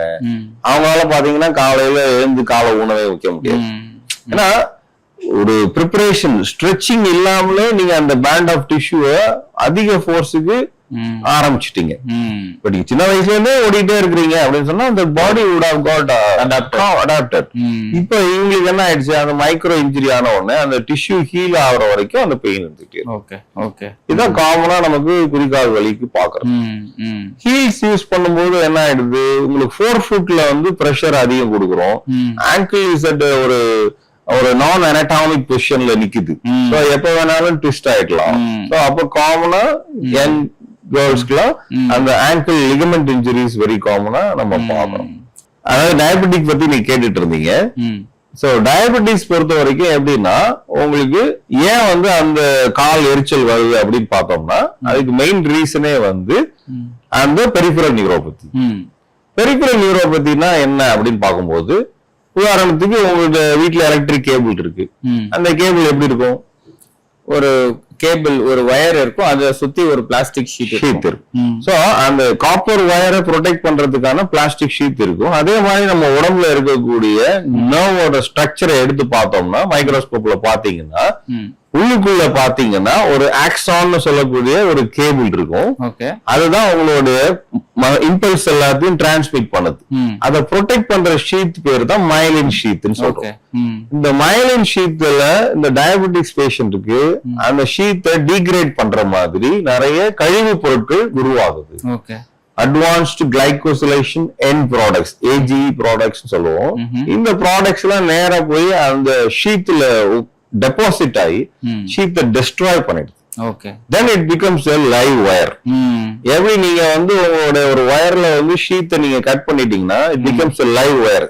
You will see sparks in it. ஆமா, கரெக்ட். Likewise, நம்மளோட ஷீட் டேமேஜ் ஆயிடுச்சுன்னா spontaneous firing of the nerves நடந்துட்டே இருக்கு. எந்த வித ஸ்டிமுலஸுமே கொடுக்காம அந்த நர்வ் வந்து ஸ்பான்டேனியஸா பர்ன் ஆகக்கூடிய ஒரு ஃபீலிங்க கொடுக்குது. ஓகே, இது வந்து ரிவர்ஸ் பண்ண முடியுமா? இல்ல ரிவர்ஸ் பண்றதுங்கிறது கொஞ்சம் டஃப்பான சிச்சுவேஷன். பட் நியூவர் மெடிகேஷன்ஸ் எல்லாம் ஹெல்ப் பண்ணுது. அண்ட் ஈவன் சில ஹீமோதெரபிஸ் சொல்லுவோம். ஹீமோதெரபில இது ஹீமோதெரபின்னு சொல்லுவோம். இதெல்லாம் சில பேருக்கு நல்ல ரிசல்ட் கிடைக்குது. அடுத்தது வந்து நம்ம ஏன் சுகர் கண்ட்ரோல் இருந்து இது ஆகுதுன்னு பாத்தீங்கன்னா இந்த காம்ப்ளிகேஷன் வந்து ப்ரீ டயபெட்டிக் ஸ்டேஜ்லயே ஆரம்பிச்சிருது. நீங்க டயக்னோஸ் பண்றதுக்கு முன்னாடில இருந்தே இந்த ப்ராப்ளம் ஆரம்பிச்சிருக்கு. நீங்க 2 வருஷம் தான் உங்களுக்கு வந்து டயபெட்டிஸ் இருக்குன்னு சொல்லுவாங்க.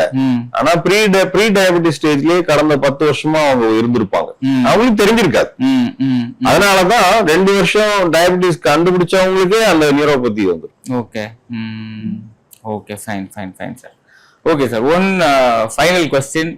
ஷோல்டர், ஹிப், நீ, ஆங்கிள் இந்த மாதிரியான விஷயத்துல எல்லாம் ரோபோட்டிக்ஸ் வந்து எந்த அளவுக்கு அட்வான்ஸ் ஆயிருக்குது, அது வந்து எந்த அளவுக்கு ஹெல்ப்ஃபுல்லா இருக்கு, முன்னாடி இருந்த காம்ப்ளிகேஷன்ஸ் என்னென்ன, அந்த காம்ப்ளிகேஷன்ஸ்ல இருந்து எவ்வளவுக்கு எவ்வளவு நம்மளுக்கு கம்மி பண்ணியிருக்கோம் அந்த காம்ப்ளிகேஷன்ஸை, இதை பத்தி நீங்க கொஞ்சம் சொல்லுங்க சார். ரோபோட்டிக்ஸ் அப்படிங்கிறது நம்ம ஒரு 2019ல இருந்து யூஸ் பண்ணிட்டு இருக்கோம். பட் நான் இந்த ரோபோட்டிக்ஸை வந்து நான் யூஸ் பண்ணதே எதுக்காக பாத்தீங்கன்னா ஒரு platform to understand the disease well அப்படின்னு தான் நான் பாக்குறேன். ஏன்னா நம்ம இது யூஸ் பண்ண ஆரம்பிச்சதுல இருந்தா அந்த இண்டிவிஜுவல் ஒவ்வொரு பேஷண்டோட அனாட்டமியும் இன்னும் டாக்டர்ஸ்களுக்கு நிறைய புரிய ஆரம்பிக்குது. அது ஏன்னா முன்னாடி வந்து நமக்கு மேனுவல் மெத்தட்ல நீ ரீப்ளேஸ்மெண்ட் பண்ணிட்டு இருந்தாங்க. அப்போ வந்து ஒரு 10 to 20% of the people are dissatisfied. ஏன் அப்படின்றத அனலைஸ் பண்ணி பார்க்கும்போது வேரியஸ் ஃபேக்டர்ஸ் இருந்துச்சு. அதுல ஒண்ணு பாத்தீங்கன்னா அந்த பேஷண்டோட அலைன்மெண்ட், நேச்சுரல் அலைன்மெண்ட்னு ஒண்ணு இருக்கு. உதாரணத்துக்கு அந்த ஹிப், நீ, ஆங்கிள் இது எல்லாமே ஒரு லைன் போட்டு நம்ம வரைஞ்சு பார்த்தோம்னா அதுக்கு ஒரு தொடை செக்மெண்ட்டுக்கும் கால் செக்மெண்ட்டுக்கும் ஒரு ஆங்கிள் ஃபார்ம் ஆகுது. இதான் நான் சொன்னேன், பிசிக்ஸ்க்கு இதுக்கு நிறைய சம்பந்தம். இன்ஜினியரிங் டிராயிங் சொல்ற டிராயிங் வருது. In fact like every surgery needs ஒரு ஸ்ட்ரக்சரல் ஒரு கால்குலேட்டட் பிளான் ஃபார் ஆர்த்தோபெடிக்ஸ் ஒவ்வொரு சர்ஜரிக்குமே. அப்ப அந்த அனலைஸ் பண்ணி அந்த ஆங்கிள் பார்க்கும்போது முன்னாடி காலத்துல என்ன பண்ணிட்டு இருந்தாங்கன்னா ஒரு மெக்கானிக்கல் அலைன்மெண்ட் ஒரு கான்செப்ட் கொண்டு வந்தாங்க. எப்படி மிஷினுக்கு ஒரு அலைன்மெண்ட் நம்ம பிக்ஸ் பண்ணி இப்படி இருந்தா மிஷின் எல்லாம் நல்லா வேலை செய்யும்பா அப்படின்னு நம்ம ஒரு ஏதோ ஒரு பிரின்சிபல் அதை வந்து ஹியூமன்ல இம்போஸ் பண்ணாங்க. அப்ப என்ன ஆகுது பாத்தீங்கன்னா அந்த ஹிப், நீ, ஆங்கிள் எல்லாமே நேர் கோட்ல 180 டிகிரிஸ் அப்படின்னு எல்லாருக்கும் ஒரு பிக்ஸ் பண்ணிட்டாங்க. ஆனா நமக்கு ஈச் இண்டிவிஜுவல் இஸ் டிஃபரெண்ட். நம்ம எப்படி நம்ம எல்லாருக்கும் ஒரே நேர்கோட்டே கொடுக்கறது எல்லா பேஷண்ட்டுக்கும்? ஒவ்வொருத்தரோட அலைன்மெண்ட் வேற வேற தானே. பிறக்கும் போது ஒவ்வொருத்தரும் வெவ்வேறு விதத்துல தான் பிறந்திருக்கிறோம். இந்த கான்செப்ட புரியறதுக்கு தான் ஒரு நேச்சுரல் அலைன்மெண்ட்ங்கிறது என்னன்னு படிக்க ஆரம்பிச்சோம். அப்போ கினமேட்டிக் அலைன்மெண்ட்னு ஒரு கான்செப்ட் வந்துச்சு. அதாவது எப்படின்னா உங்களோட நேச்சுரல் போன் ஷேப் என்ன இருக்கோ that will drive the other phone based on the anatomy. இப்ப உதாரணத்துக்கு இப்ப முழங்காலோட உள்பகுதி வெளிப்பகுதின்னு இருக்கு இல்லையா, அந்த உள்பகுதியோட கர்வேச்சர் வேற மாதிரியும் வெளிப்பகுதியில் இருக்கிற கர்வேச்சர் வேற மாதிரியும் தான் அமைக்கப்பட்டு இருக்கு. அது ஒவ்வொரு பேஷண்ட்டுக்கும் ஒவ்வொரு மாதிரி இருக்கும். அப்போ நம்ம எல்லா பேஷண்ட்டுக்கும் ஒரே அலைன்மெண்ட்டை கொடுத்தோம்னா they will not be happy. 100%. Yeah. Surgery is still successful தான், but they are slightly dissatisfied. ஏற்கனவே இருந்த சோ அப்போ வந்து அவங்களோட ஒரிஜினல் அலைன்மெண்ட் என்னன்னு கண்டுபிடிக்கிறதுக்கு we researched, நிறைய ரிசர்ச் பேப்பர்ஸ் எஸ்டாப்ளிஷ் பண்ணாங்க. அதுல கண்டுபிடிச்சதுல என்ன ஆச்சுன்னா மெஜாரிட்டி ஆஃப் த பீப்புள், எல்லா காமன் பீப்புளுக்கு எல்லாருக்குமே அந்த 180 டிகிரில இல்ல அப்படிங்கிற மட்டும் தெரிஞ்சு போச்சு. ஓகே, ஒரு 1 to 2 டிகிரிஸ் வந்து உள்பக்கமா வளைந்திருக்காங்க. இதுதான் நேச்சுரல் அலைன்மெண்ட். அப்ப அந்த நேச்சுரல் அலைன்மெண்ட்ட நம்ம கண்டுபிடிச்சு அதை வந்து ரீக்ரியேட் பண்ணணும்னா அப்ப வந்து ரோபோட்டிக்ஸ் வந்து தேவைப்படுது. ஏன்னா நமக்கு வந்து இட்ஸ் ஆல் இந்த மினி ஒரு 1 or 2 டிகிரிஸ் 3 டிகிரிஸ். இப்ப நீங்க ஹியூமன் ஐல நீங்க 1 or 2 டிகிரிஸோ 3 டிகிரிஸோ கண்டுபிடிக்க முடியாது, வைக்கவே முடியாது. அந்த மேனுவல் அலைன்மெண்ட்ல கட் பண்ணும்போது நான் 90 டிகிரி கட் பண்றதே கஷ்டம், 91 92 எப்படி கட் பண்றது? புரியுது. சோ என்னோட லிமிடேஷன்ஸை நான் புரிஞ்சுக்கிட்டேன். சோ அஸ் அ மருத்துவரா ஓகே சில விஷயங்கள் என் கண்ணுக்கு புலப்படாது, அப்ப ஐ நீட் டெக்னாலஜி. சோ அப்பதான் நம்ம ரோபோட்டிக்ஸ் இன்ட்ரோடியூஸ் பண்ணும்போது இப்போ ஒரு பேஷண்ட்க்கு 92 வைக்கிறோம்னா 92ல வைப்பேன், இன்னொரு பேஷண்ட்க்கு 87ல வைக்கிறோம்னா 87ல வைப்பேன். இது எல்லாமே நம்ம ஒரிஜினல் ஜாயிண்ட வைக்கிறதுக்கு முன்னாடியே அந்த robotic machine planning and execution அந்த போனை கிளீன் பண்றதுமே அதுவே பண்ணிட்டுறதுனால my joint sits perfectly well as per the patient's need. அப்ப this is called a personalized alignment. அந்த பர்டிகுலர் பேஷண்ட்டுக்கு என்ன ஒரு இயற்கை அமைப்பு இருக்கோ அந்த இயற்கை அமைப்புக்கு தகுந்த மாதிரி நம்ம ஜாயிண்ட வைக்கும் போது ரிசல்ட்ஸ் ஆர் குட். சோ அப்போ பேஷண்ட்ஸ் வந்து தே ஃபீல் நேச்சுரல், அவங்களோட ஒரிஜினல் நீ ஜாயிண்ட நம்ம ஃபீல் பண்ற மாதிரி ஆரம்பிக்கிறாங்க. That is called forgotten joint score. Okay okay. அவங்க சில பேர் என்ன ஆகும்னா நான் ஆபரேஷன் பண்ணதே மறந்துடுறேன் ஓகே அப்படின்னு சொல்ற அளவுக்கு வருதுன்னா காரணம் அந்த ஒரிஜினல் அலைன்மெண்ட்டை கொண்டு வரது. இதுக்கு டெக்னாலஜி இல்லாம அன்பார்ச்சுனேட்லி பண்ண முடியாது. அந்த ஃபேக்டை நம்ம ஏத்துக்கிட்டோம்னா தென் மேபி பெட்டர் அவுட்கம்ஸ் கொடுக்க முடியும். எனக்கு ஒரு ஃபாலோ அப் கொஸ்டின் சார். ஆக்சுவலா இதுல வந்து ஒரு லேம் கொஸ்டினா கூட இருக்கலாம். இந்த கால்குலேஷன் எல்லாம் நீங்க ஆபரேஷன் தியேட்டர்ல எல்லாம் ஓபன் பண்ணதுக்கு அப்புறம் தான் பண்ணுவீங்களா, இல்ல மேனுவலா பண்றதா, இல்ல இது எப்படி பண்ணுவீங்க? லைக் அதான் சொல்றேன், இதுக்கு வந்து சாஃப்ட்வேர் ஹெல்ப் பண்ணுது. we can do it pre-operatively. Even நீங்க ஒரு மொபைல் வச்சு கூட உங்களோட நாங்க ஒரு அலைன்மெண்ட் எக்ஸ்ரேன்னு எடுக்கிறோம் எங்க ஹாஸ்பிட்டல்ல. அந்த full length x ray alignment x ray எடுத்து அதை வந்து சாஃப்ட்வேர்ல அப்கிரேட் பண்ணும்போது அவங்களோட ஆங்கிள்ஸ் என்னன்றதை நாங்க மெஷர் பண்ணிடுவோம். we have to mark the points as a doctor. we have to mark where should be markedங்கிறது நான் தான் பண்ணணும். பண்ணி அந்த ஆங்கிள்ஸ் நம்ம டிடெக்ட் பண்ணி ஒரு பிளான் ரெடி பண்ணிடுவோம். அதே நம்ம இன்ட்ராபரேட்டிவ் ஆகும் அந்த machine robotic machine will give all these angles. Okay okay. அதுவுமே இந்த ஆங்கிள்ஸ் காமிக்கும் எவ்வளவு டிகிரிஸ்ல இருக்கு, நீங்க இன்னும் எவ்வளவு கரெக்ட் பண்ணணும். இது எல்லாமே மில்லிமீட்டர் டிகிரியா நம்ம கரெக்ட் பண்ணி நம்மளோட டிசைர்டு பிளானுக்கு வந்ததுக்கு அப்புறம் தான் ஒரிஜினல் ஜாயிண்டே வைப்போம். Okay okay okay. That's the beauty of robotics. எனக்கு புரியுது. இப்ப நிறைய பேருக்கு என்ன ஒரு இது இருக்குன்னா, ரோபோட்னா ஒரு டாக்டர் இல்லாம வெறும் ரோபோட்டே வந்துட்டு அது எல்லாத்தையுமே பண்ணுது அப்படிங்கிற மாதிரியான ஒரு திங்கிங் ப்ராசஸ். ஏன்னா இந்த ரோபோட் அப்படிங்கிற ஒரு வேர்டு வந்துட்டு அது அப்படிதான் வந்து ஒரு மைண்டுக்குள்ள ஒரு இமேஜை உருவாக்குது. ஆனா கண்டிப்பா அந்த மெடிக்கல் ஃபீல்ட்ல நம்ம அப்படி பண்ணக்கூடாது. ஹியூமன் மைண்ட் தான் எல்லாத்தையும் டிரைவ் பண்ணுது. Robot is a tool. Right? The man behind the tool should be like wise. Understood sir. அப்பதான் அது வந்து பெர்ஃபெக்ட்டா வேலை செய்யும். If you give a wrong plan, it will do a wrong plan. Understood sir. இன்னொரு விஷயம் என்னன்னா, நீங்க ட்ராமாவும் நிறைய இருக்கும். ஆர்த்தோபெடிக்ஸ் டிபார்ட்மெண்ட்ல ட்ராமா நிறைய டீல் பண்ணிருப்பீங்க இல்லைங்களா? சோ ஒரு ஆக்சிடென்ட்ல வராங்க, அவங்களுக்கு வந்து உடம்பெல்லாம் அங்கங்க செதஞ்சு போய் அப்படி இப்படி வர்றதுக்கான சான்சஸ் இருக்கு. அவங்களுக்கு எலும்பு வந்து இப்படிதான் உடையும்னு இருக்காது. என்ன பின்னான்னு உடஞ்சி துகளா போயிருக்கும் போது திரும்பவும் நீங்க எல்லாமே வந்துட்டு ஒரு ஆர்த்தோபெடிஷியனா உங்களோட காம்ப்ளிகேஷன் என்னன்னா, அது எல்லாமே ஆன் த டேபிள்ல நீங்க டிசைட் பண்ணி ஆகணும். இதை வச்சுட்டு நம்ம அதுக்கப்புறமா பண்ணிக்கலாம் அப்படிங்கிற மாதிரியான ஒரு விஷயம் பண்ண முடியாது. சோ இதை நீங்க எப்படி சார் பாக்குறீங்க நீங்க? அதான் நம்ம இட்ஸ் a challenge தான். Where polytrauma is always challenge. And orthopedic is a field like where you need lot of instruments. அது heavy manual labor கொடுக்கக்கூடிய இன்ஸ்ட்ருமெண்ட்ஸ் வந்து உங்களோட ஃபிட்னஸையும் வந்து டெஸ்ட் பண்ணோம். அண்ட் பேஷண்டோட வெயிட்டுக்கு தகுந்த மாதிரி நாங்க எஃபோர்ட் போட்டாகணும். ரீசெண்டா ஒரு பேஷண்ட்க்கு வந்து ஆல்மோஸ்ட் லைக் 125 kg. அவங்களுக்கு தொடை எலும்பும் கால் எலும்புமே உடைஞ்சிருச்சு. ஒரே டைம்லயே ரெண்டுக்கும் பண்ணணும். அந்த காலை நீங்க அனஸ்தீசியா கொடுத்ததுக்கு அப்புறம் அந்த காலோட வெயிட் இன்னும் ஹெவியா இருக்கும். ஏன்னா அவங்க கோஆபரேட் பண்ண மாட்டாங்க. அவங்க அது பேரலைஸ்டு கால் மாதிரி தானே அப்போதைக்கு. சோ அப்போ அது வந்து ஹெவியா இருக்கும். அதை நீங்க ஹேண்டில் பண்றதுக்கு we need like enough energy to handle the surgery. And on top of that நீங்க உங்களோட எக்யூப்மெண்ட்ஸுமே அந்த போனை ஃபிக்ஸ் பண்றதுக்கு ட்ரில்ஸ் ஆர் நமக்கு வந்து அந்த கேவிட்டி கிரியேட் பண்றதுக்கான ரீமர்ஸ் அண்ட் எல்லாமே ஹெவியா இருக்கும். So it's a tiring surgery தான். But anyway like it's like a challenge. நீங்க வந்து ஒரு ஜிம் ஒர்க் அவுட் மாதிரி நினைச்சுக்கோங்க. அப்படிதான் எனக்கு புரியுது. அன்னைக்கு நம்ம அதான் அப்படி நினைச்சுக்கோம். Okay fine sir. So we will thank you for being with us. எங்களுக்கு இவ்வளோ நேரம் பொறுமையாக வந்துட்டு எல்லா கொஸ்டின்ஸ்க்கும் நீங்கள் வந்து ரொம்ப தெளிவாக ஒரு லேமேனுக்கு புரியுற மாதிரி நீங்கள் எல்லாத்தையும் நீங்கள் எக்ஸ்பிளைன் பண்ணியிருந்தீங்க. Thank you very much. அதோட I got an opportunity to come inside the operation theater with you, alongside you.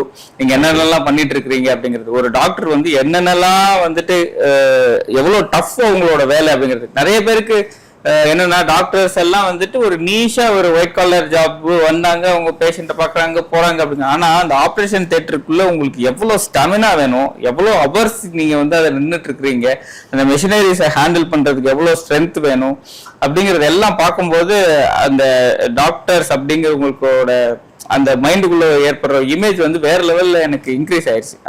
And I am graceful that I am working with lots of doctors. எனக்கு அந்த ஆப்பர்ச்சுனிட்டி வந்து கொடுத்தது வந்து by God's grace எனக்கு நிறைய விஷயங்கள் தெரிய வந்துச்சு.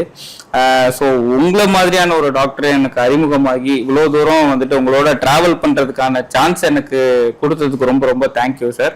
நம்ம இன்னைக்கு வந்து ஒரு பேஸ் லெவலில் நம்ம கவர் பண்ணியிருக்கோம் நிறைய விஷயங்கள். ஆக்சுவலாக இன்னமும் வந்து அடுத்தடுத்த பாட்காஸ்ட் செஷன்ஸில் இன்னும் கொஞ்சம் டீப்பான ஒரு அண்டர்ஸ்டாண்டிங் படி இன்னும் நிறைய கொஸ்டின்ஸ் நம்மளுக்கு மக்களுக்கு புரியுற மாதிரியான விஷயங்களையும் நம்ம வந்து டிஸ்கஸ் பண்ணுவோம். Thank you for your time sir. And இன்னொரு எபிசோட்ல we will definitely meet. Thank you very much sir. Thank you.